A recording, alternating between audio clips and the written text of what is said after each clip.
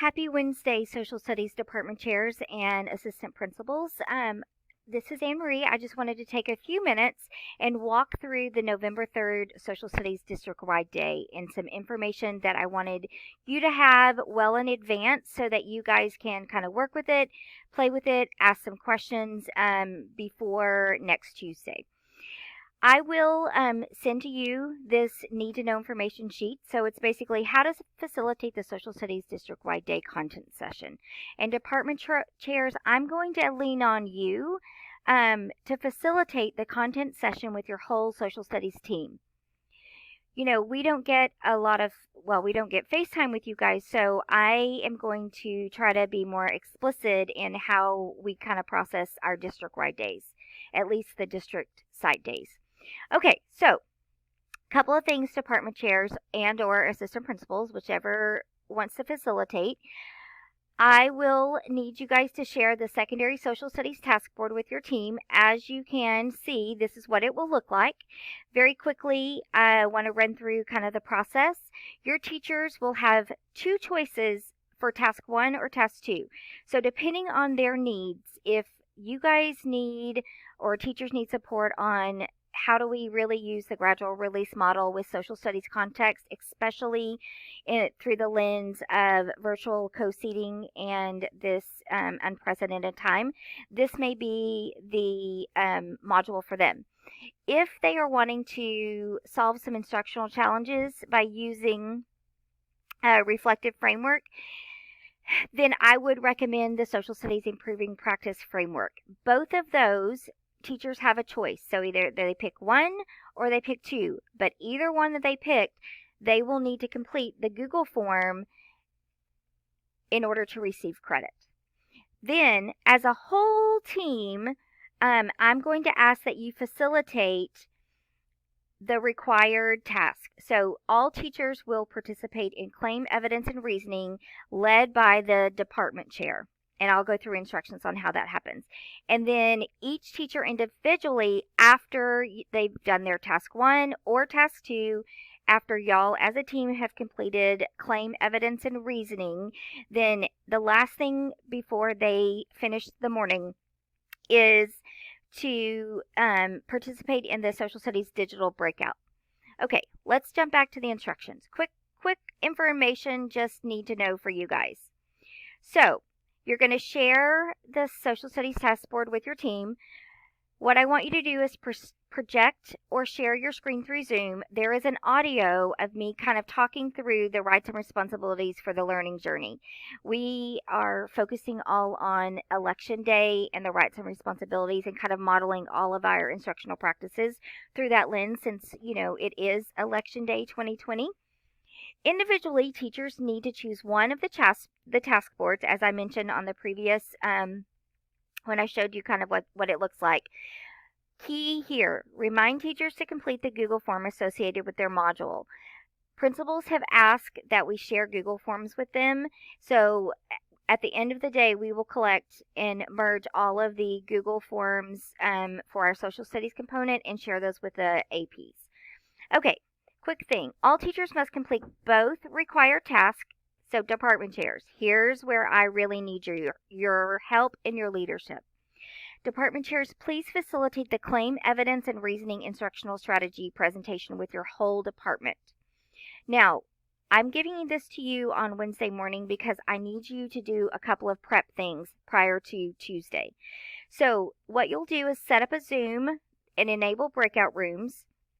And I would probably just do the randomized groups. Junior highs, you really want to make sure that there's no more, or all teachers, you want to make sure that there's groups of 4. In junior highs, I know that you have smaller groups, so you may want to divide by grade level teams, so you may only have 2 groups. When you click the link, it will force a copy. Please share your campus copy with all of your teachers. So I'm going to show you just the general overview. So on the first sheet, department chairs, I have the directions, just what I'm kind of going over with you. And then I kind of walk you through step by step what you need to do. So you're going to force a copy, share it with your campus teachers, and then you're going to rename your copy campus name CER, because you'll put that in the Google Doc at the end. So project, claim, evidence, and reasoning. Discuss and clarify the vocabulary on slide 2 with the whole group. Have a discussion, model for them what online, virtual, and co-seated instruction can look like. Discuss the instructions with the whole group before you send teams into breakout rooms. That's on slide 4. Maybe. I may have changed it. Yeah, it's slide 4. So, going back, and actually that is slide 2 because I changed it. Slide 3, actually. Okay, so individuals will work once you have assigned them to breakout rooms. Individuals will participate and they will complete and they will go through the claim, evidence, and reasoning individually. So looking at the image, there's 4 boxes. Each individual or participant will go in and they will type their response. Then, as a group, they go to the next slide, and each team member will collaborate in that group of 4 to generate 1 claim, 1 evidence, and reasoning for each image. As the facilitator, this is one of the coolest things that I learned at our state conference this year. So as the facilitator of learning, I want you to click on the lower left-hand corner, the little grid of the presentation, just to model, so right over here. And what this will allow you to do as the facilitator of learning is monitor each group so that if you see that they're not typing in their box or that you see that they're not making progress, then you can pop into their breakout room and you can help facilitate. It's a great online management tool that was shared. So basically, if I'm here, I can go very quickly and look to see who's typing and who's not. I know, it's so simple, but yet brilliant, right? I also have this in the presentation so that you can share this with the teachers because this is a tool that they could use virtually and co-seated. Then show slide 6 and tell the teachers to click on the group number so that they will work on the correct group of slides. Now assign teachers to breakout rooms. Tell teams to check their breakout room number. If they didn't see it when it popped up, they can check the top left corner of their screen. Give teachers time to complete both sets of CER and before you call them back. Whole group. Once whatever time that you've allowed for them to complete both of the analysis of the images, pull them back together, pull up the Google form, and as a department, I want you to complete the reflection. So how does this impact learning?